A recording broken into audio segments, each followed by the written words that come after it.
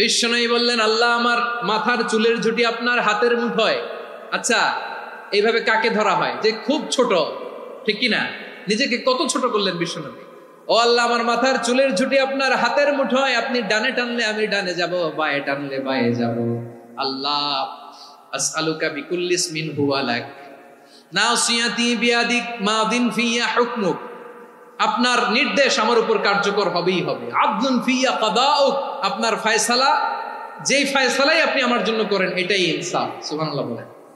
আমরা আল্লাহর ফয়সালায় সন্তুষ্ট হতে চাই না। কত কমপ্লেইন, আল্লাহ তুমি এটা দিলা না, ওইটা পাইলাম না, ওইটা হইল না রে, এরকম অভিযোগ কমপ্লেইন আমাদের আছে না নাই?